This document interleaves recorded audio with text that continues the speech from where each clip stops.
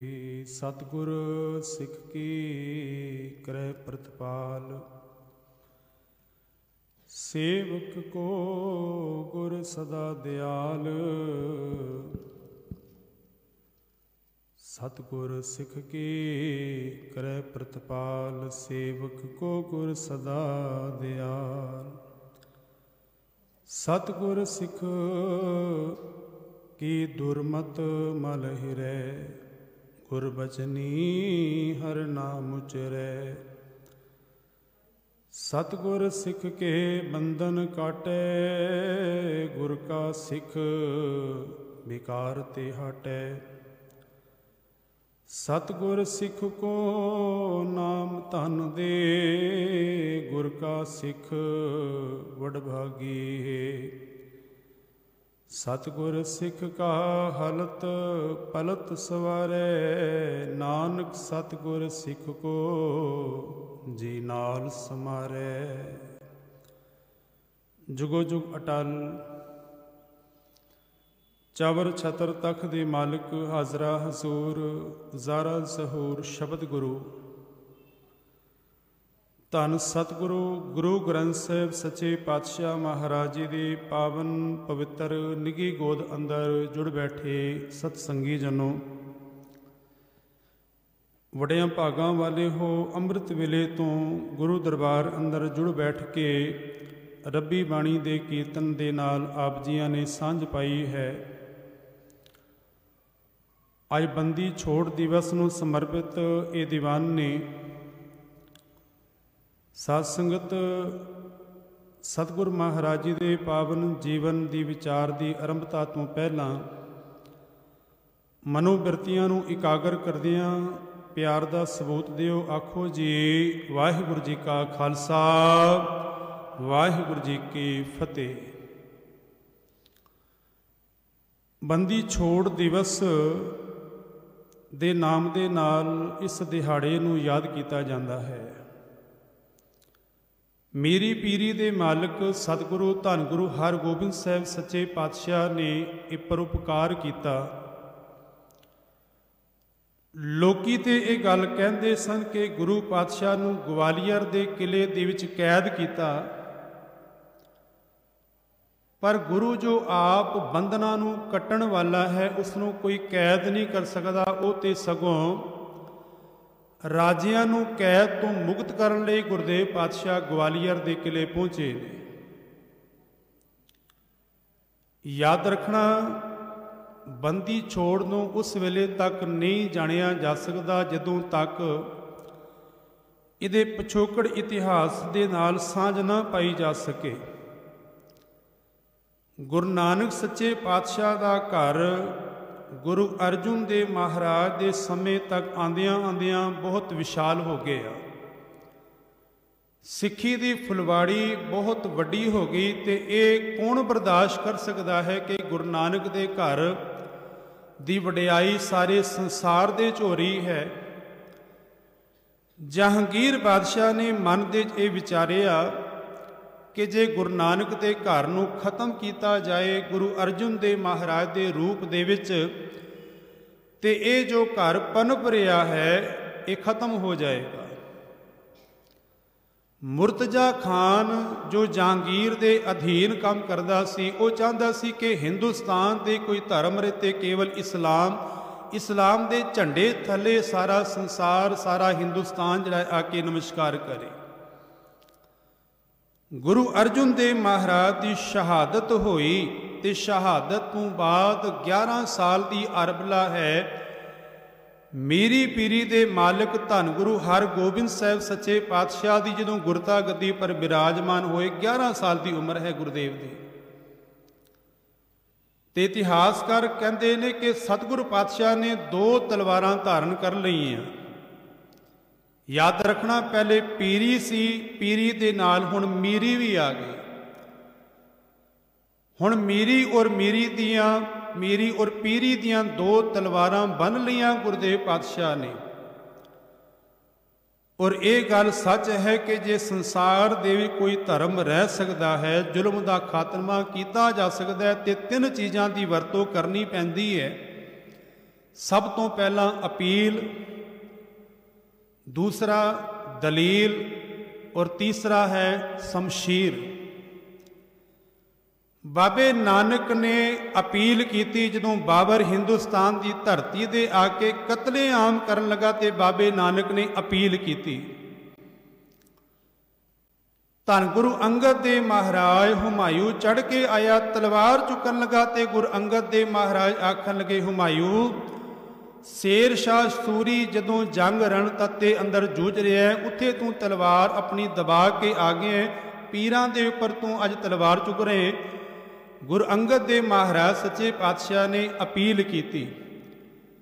धन गुरु अमरदास महाराज गुरु रामदास सच्चे पातशाह ने घर ने अपील की, पर जदों अपील दे नाल गल नहीं बनी ते गुरु अर्जुन दे महाराज ने अपील दे नाल दलील भी दिती, अपना खून डोल के कि इस दे नाल ये जालम इहदे हिरदे अंदर तसल्ली आ जाए, इस दे हिरदे अंदर शांति आ जाए। महाराज ने अपील दे नाल दलील भी दिती खून डोल के। पर धन गुरु अर्जुन देव महाराज की शहादत तो बाद भी उन्हां दे हिरदे अंदर शांति नहीं ना पई। फिर तीसरा ऑप्शन है शमशीर दा। ते धन गुरु हरगोबिंद साहब महाराज दे गले दे विच फिर दो तलवारां बनिया गईयां। नत्था और अब्दुल्ला लिखते ने, वो आखते ने कि दो तलवारी बधियां, एक मीरी दी, एक पीर दी, एक अजमत दी, एक राज दी, एक राखी करे वजीर दी, हिम्मत बाहां कोटगढ़ दलवाजा बलख बखीर दी, नील नाल सिपाही नील नल मार दुष्टा करे तागीर दी, पग तेरी की जहांगीर दी। हे पातशाह तेरी दस्तार दे अगे जहांगीर दी पग की औकात रखती है। धन सतगुरु महाराज ने दो तलवारां बन लियां, एक भगती दी, एक शक्ति दी। गुरुदेव पातशाह ने दूसरा काम यह किया कि अकाल बूंगा, जिसनों अज असी अकाल तख्त कहते हैं, अकाल बूंगा बनाया। श्रीमान भाई साहब भाई संतोख सिंह जी लिखते हैं कि किसी राज ना हाथ लगायो, बुढ़ा और गुरदास बनायो। कहने कि किसी राज मिस्त्री ने नहीं बनाया, दो गुरसिखा ने तैयार किया। एक का नाम है बाबा बुढ़ा जी और एक का नाम है भाई गुरदास जी। कि किसी राज ना हाथ लगायो, बुढ़ा और गुरदास बनायो। बुढ़े ने और गुरदास जी ने अकाल बूंगा बनाया। ते जिन्हों न्याय नहीं सी ना मिलता जहांगीर के दरबार दे विच, वो धन गुरु धन हरगोबिंद साहब महाराज के चरणों से पहुँचते सन, उत्थे न्याय मिलन लग पे। ये सारिया खबरां जहांगीर तक पहुँच रही ने। गुरुदेव पातशाह ने तीसरा किले बनाने शुरू किए, लोहगढ़ के किले बनाए, ये राज शक्ति के प्रतीक ने। चौथा गुरुदेव पातशाह ने रहमत की, महाराज ने सिखां नूं चिट्ठी पत्र लिख के ये हुक्मनामे जारी किए कि चंगे तो चंगे शस्त्र भेटा किए जाण, चंगी नस्ल के घोड़े भेटा किए जाण और जवान सिख जड़े ने गुरु के फौज के शामिल होण। गुरु पातशाह की हुण फौज तैयार होने लग पई। महाराज तख्त के उपर नशीन होने लगे, तख्तां के उपर बैठन लगे। तो जहांगीर कोल ये सारी खबर, मुर्तजा खान ये सोचता है कि ये धर्म किवें अगे पनप रहा है, किवें वध रहा है, इनू खत्म किया जाए। तो ये बहाना मढ़िया गया कि जहांगीर बादशाह बीमार है, उन्होंने सेहत लई कोई आके जपी तपी जप करे तो तां वो ठीक हो सकता है। धन गुरु हरगोबिंद साहब महाराज नूं बेनती करके ग्वालियर दे विच बुलाया गया। ग्वालियर के किले दे विच 1-2 महीने नहीं साल लग गए। गुरुदेव पातशाह नूं ग्वालियर के किले दे विच रखिया गया। इतिहास ये गल लिखता है कि ग्वालियर के किले दे विच जो सियासी राजे सन, जदों तक वो मर नहीं सन जाते, उन्होंने किले दे चों बाहर नहीं सी कढ़िया जाता, वो बागी राजे सन सारे। धन गुरु हरगोबिंद साहब महाराज जो ग्वालियर के किले पहुँचे ना, तो उत्थे दा दरोगा बड़ा संत रूप है जिसका नाम हरदास है। हथ जोड़ के बेनती कर लगा, महाराज मैं चाहता सा कि आप जी दे दर्शन करा, पर कैसा सुभाग समा बनया है कि गुरुदेव पातशाह इस किले दे अंदर तुहानू अंदर बंद किया गया है। मैं चाहता सी कि आप जी दे चरनां दे आके नक मस्तक होवां, पर आप जी इत्थे आए हो। मैं सोचता हाँ कि मेरे भागां ते जे सेवा लिखी है मैं इत्थे ही कर लिया। गुरुदेव पातशाह ग्वालियर के किले अंदर रहे ने, सच जानना नरकां तो वध सी ओ, पर गुरुदेव पातशाह के जो चरण पे ना ते वो ग्वालियर की किला उस वेले नहीं हुण तक स्वर्ग बन गया है। जिथे नाम जपिए पर प्यारे सी अस्थिल सोइन चौबारे, उथे अज भी नाम बाणी का प्रवाह चलता है। तो गुरुदेव पातशाह के समय अंदर भी गुरुदेव पातशाह उन्हां राजियां नूं उपदेश दिया करते सन, बाणी का पाठ कीर्तन होया करदा सी, मानो ग्वालियर स्वर्ग बन गया। उत्थे भोजन दे विच भी स्लो भोजन दिता जांदा सी। ये गल हरदास ने धन गुरु हरगोबिंद साहब महाराज के चरनां बेनती की, महाराज मेरी एक बेनती है, तुसी प्रशादा इत्थे दा नहीं छकना। महाराज कहन लगे, हरदास तू चिंता ना कर, साडे सिख नाल आए ने, वो रोजाना भोजन का प्रबंध करनगे, लंगर का प्रबंध करनगे। गुरुदेव पातशाह दे नाल जो सिख आए सन वो बाहरों लंगर प्रसाद का प्रबंध करके गुरुदेव पातशाह लई रोज़ पहुँचाया करते सन। कदे कदे समा मिले तो हरदास दरोगा भी गुरुदेव पातशाह नूं लंगर प्रसाद छकाया करदा सी। चंदू ये गल जानदा सी, इसलिए चंदू ने कूटनीति दे नाल एक ऐसा चोला तैयार किया कि जे उस चोले नूं पाणगे गर्मी दे नाल पसीने दे नाल इन्हां दे अंदर जहर जाएगा और इन्हां दे जीवन का अंत हो जाएगा। पर चंदू ये गल नहीं जानता कि ये मीरी पीरी दे मालिक वो पातशाह ने जिन्हां नूं बचपन दे विच ही मारन दे 4-5 हमले किए गए, पर गुरुदेव पातशाह का वाल भी विंगा नहीं होया। जदों खिड़ावे ने दही दे विच जहर पा के देण दा यतन किया, गुरुदेव पातशाह उत्थों ही बच गए।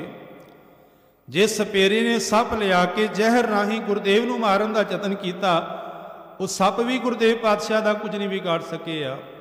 इत्थों तक कि दाई ने अपने शरीर के उपर जहर ला के मारन का यतन किया, चेचक रूपी बीमारी ने यतन किया, पर धन गुरु अर्जुन देव महाराज ने शब्द उच्चारण किया कि शीतला ते राखिया बिहारी, पार ब्रह्म प्रभ किरपा धारी, रखण वाला वो परमात्मा वाहिगुरु है। ये बाहर दियां बीमारियां नहीं मर सकियां ते चंदू की चाल नीत दे नाल किवें गुरुदेव पातशाह चले जांदे संसार तो। हरदास ने वो चोला लै ते लिया, पर गुरुदेव पातशाह नूं पाण नहीं दिता। हुण इत्थे दियां घटनावां ने साध संगत, बाबा बुढ़ा जी जिन्हां दी उम्र तकरीबन 105 साल दी है, भाई गुरदास जी की उम्र भर जवानी दी है, ते बाबा बुढ़ा जी ने भाई गुरदास जी नूं नाल लिया ते अमृतसर की धरती के उपर संगतां नूं होका दिता। संगतां नूं होका दे के बाबा बुढ़ा जी चौकियां रूप देव, जिसनूं अज असीं प्रभात फेरी कह दिंदे हां। एक गल याद रखना, चौकियां गाण की जो शैली है वो सारियां तो वखरी है, और अज भी वो गाई जाती है। दरबार साहब के रोज़ ही चौकी कढ़ी जाती है।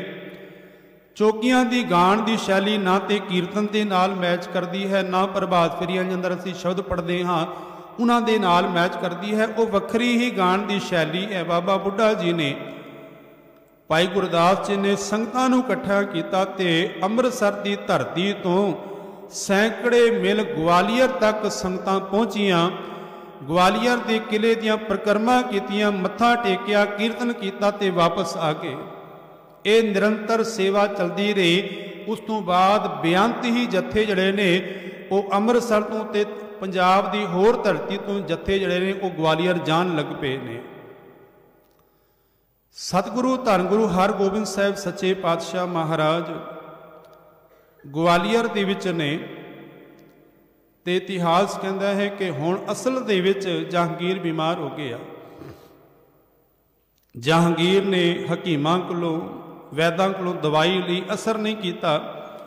साईं मियाँ मीर का बड़ा सत्कार करदा सी। उन्होंने बेनती की, वो पहुंचे, आखन लगे तू जीवन के अंदर कितने पाप कमाएगा।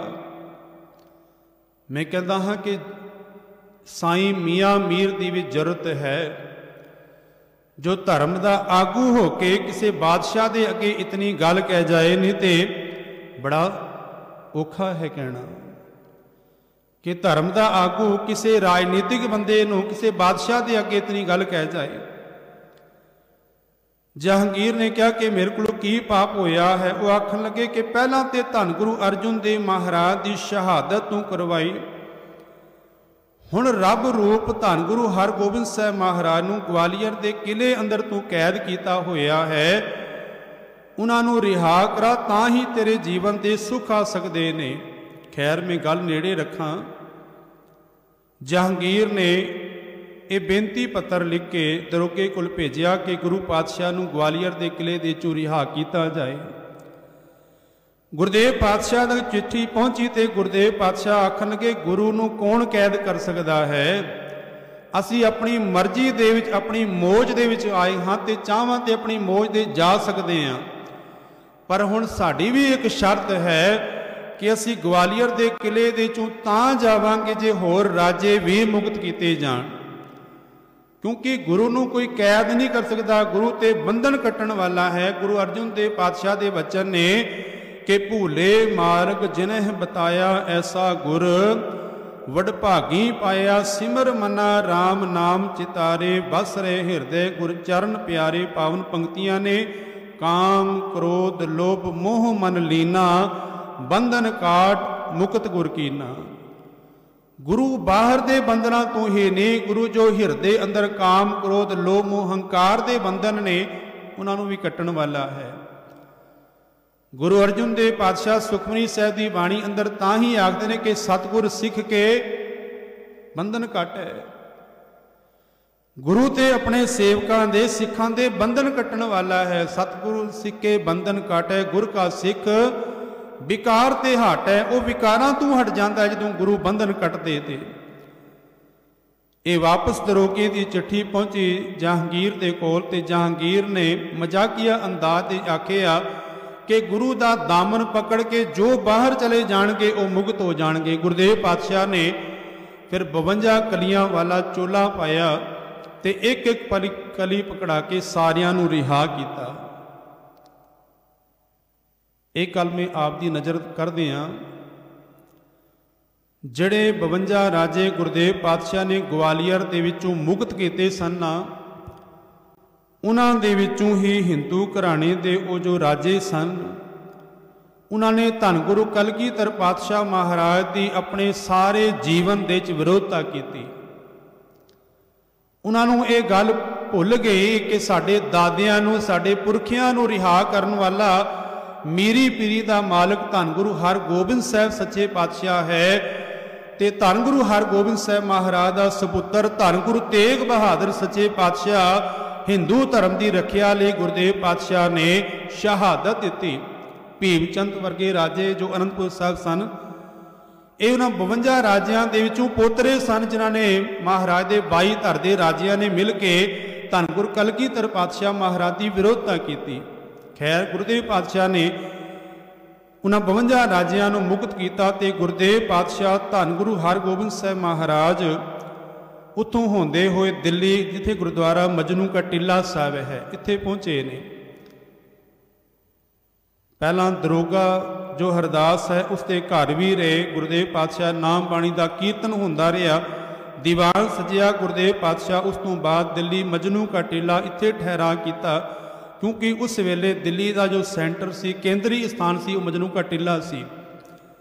इत्थों होंदियां होइयां गुरदेव पातशाह डरोली पहुंचे ने। डरोली उन्होंने सांढू ने साईं दास जी, उन्होंने कोल उत्थों होंदियां होइयां गुरदेव पातशाह अमृतसर की पावन धरती पर पहुँचे।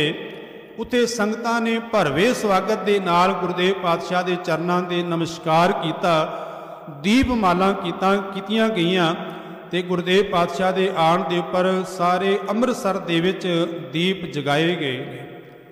दीप एक खुशी का प्रतीक है। इत्थे मीरी पीरी दे मालिक ने बाबा बुढ़ा जी नूं ये वर दिता सी कि बाबा बुढ़ा जी जो तुसी चौकियां कढ़ियां ने ना तुसी भी जुगो जुग अटल ते तुहाड़ियां चौकियां जड़ियां ने ये भी जुगो जुग अटल रहणगियां। ते अरदास दे विच ये शब्द पढ़दे हां कि चौकियां झंडे बुंगे जुगो जुग अटल। ये धन गुरु हरगोबिंद साहब महाराज ने बाबा बुढ़ा जी नूं वर दिता सी। ये चौकियां अज भी कढ़ियां जांदियां ने, अमृतसर रोजाना कढ़ी जाती है, क्योंकि बाबा बुढ़ा जी ने सब तो पहला ये चौकियां कह लीए प्रभात फेरियां जड़ियां रूप दे विच ने ये गुरदेव पातशाह ने जड़ियां ने आरंभ कीतियां सन। बाबा बुढ़ा जी की अणथक सेवा के सदके दिवाली के दिन हर गुरु धाम दे विच ये शब्द पढ़िया जाता है कि दीवाली दी रात दीवे बालियन। ये शब्द में आप नाल साझा करने असल दे विच दिवाली शब्द पढ़ के असीं सोचिया कि इसका संबंध दिवाली दे नाल है, पर सच जानना इसका नाम दा दिवाली दे नाल कोई संबंध है ही नहीं। भाई गुरदास जी ने ये शब्द उच्चारण किया है, उन्हां दीयां वारां दे विच ये बचन ने वो आखते हैं कि जिवें दिवाली की रात आई ना तो लोगों ने अपने घरों के दीवे वाले। ये दिवाली के दीवियां की मनियाद जड़ी है कुछ घंटियां की है, नाशवंता की गल की है भाई गुरदास जी ने। वो आखते कि दीवे बले जरूर ने पर उन्होंने दीवियां की हवा आई, हवा के नाल बुझ गए। जो उन्होंने विचों तेल मुक्या, तेल मुकण दे नाल वो दीवा बुझ गया। उसकी मनियाद 2-4 घंटियां की है, इस तो वध नहीं। भाई गुरदास जी आखते हैं कि दीवाली की रात दीवे बालियन ते सच जानना ये शरीर रूपी जो दीवा है इसकी मनियाद भी कोई बहुती नहीं है। गुरदेव आखते हैं कि जब लग तेल दीवे मुख बाती तब सूझे सब कोई तेल जलै। बाती ठहरानी सूना मंदिर होई। तेल जल गया, ये शरीर रूपी बत्ती ने बुझ जाना है। फिर तेनू किसे घर नहीं रखना, रे बोरे तो घर ही ना रखे कोई। दीवाली दी रात दीवे बालियन तारे जात सनात अंबर भालियन। आकाश दे विच अद्धी रात तारे टिमटिमांदे ने, पर ज्यों ही पौं फुटी सवेर दा वेला होया जिहड़े आकाश के तारे टिमटिमांदे सन वो सारे देखने बुझ गए, नज़र नहीं आ रहे हो। उन्होंने मनियाद भी कुछ समय दी है। फुल्लां दी बागात चुन चुन चालियां। जदों बाग दे विच फुल खड़े ने ते सच जानना जिस वेले फुल खिड़ गया ना उसका मतलब है उन्हें टुटना है, या खिड़ के उसने मुरझा जाना है। खिड़ना इस गल का प्रतीक है। भाई गुरदास जी आखते हैं कि दीवाली की रात दीवे बालियन तारे जात सनात अंबर भालियन। फुल्लां दी बागात चुन चुन चालियन। फुल्लां दे बाग दे विचों फुल्लां नूं चुन लिया गया। उन्हां फुल्लां दी कितनी क मनियाद है। तीर्थ जाति जात नैण निहारियन। तीर्थां दे उपर जाण वाले जदों मेले लगदे ने वो पहलां जाके थां अपनी मल लैंदे ने। मेला लग्या 1-2 घंटे का, उस तो बाद मेला खत्म हो गया। मेले दे जो सारे जी चले गए, बस वो कुछ समय का रोड़क मेला सी, सदा का नहीं। पंजवीं एग्जाम्पल बड़ी प्यारी देंदे ने, आखते हैं कि हर चंदोरी झात वसाए उचालियन। गुरबाणी दे विच बहुती वार हर चंदोरी का जिक्र आया है। कदे आकाश दे देखियो तुसी जदों बदल चलदे ना हवा के प्रवाह के नाल, उस वेले आकाश के विच हर चंदोरी हरिचंद नामक राजे की नगरी नज़र आती है। घोड़े नज़र आते हैं, महल नज़र आता है। पर भाई गुरदास जी आखते हैं कि बदलों के हवा के नाल बदलन के नाल कुछ समय बाद वो हर चंदोरी मिट जाती है। हरिचंद नाम राजे की वो नगरी मिट जाती है। अखीरियां पंक्तियां अंदर निचोड़ है। वो आखते हैं कि गुरमुख सुख फलदात गुरु की शरण पै के सुखां रूपी फल की दात प्राप्त करते ने। शब्द संभालियन पर जिन्हां ने शब्द की कमाई की है। शब्द रूपी नाम के नाल जो जुड़े ने साध संगत मेरी पीरी के मालिक ने जदों 2 तलवारां बधियां ना ते लोकां ने शंके कीते कि अज तक केवल पीर ही रही है, हुण मीरी दी की लोड़ पै गई, शक्ति दी की लोड़ पै गई। पर संसार दे विच ओही धर्म रहिंदे ने जिहड़े भगती और शक्ति दे सुमेल दे नाल चलदे ने। भाई गुरदास जी दे बचन ने वो आखदे ने कि सप दे कोल मन्निया जांदा है मणि है, बड़ी कीमती मणि है, पर वो मणि उस वेले तक है जदों तक सप दे कोल जहर है। उदी रखिया लई सप दे कोल जहर भी है। जे गज दे कोल मणि है, हाथी दे कोल मणि है, तो गज दे विच अपने आप ही ताकत बड़ी है गज दे कोल।